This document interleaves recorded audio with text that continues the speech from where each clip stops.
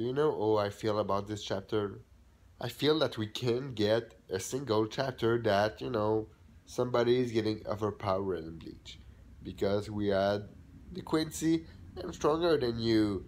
The Shinigami, no, I'm stronger than you. I have this sword.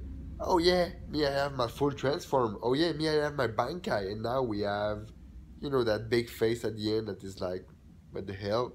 So I don't know, man. After all the story of the banking of the captain, I don't know, man. Even the physical form of it, and now we are seeing that he's getting killed still. Well, he's not getting killed, and I'm pretty sure that will won't hurt him at all or something like that. But still, after all that, we see a ray from the sky, and that ends it. I mean, I don't know, but I didn't like that chapter at all.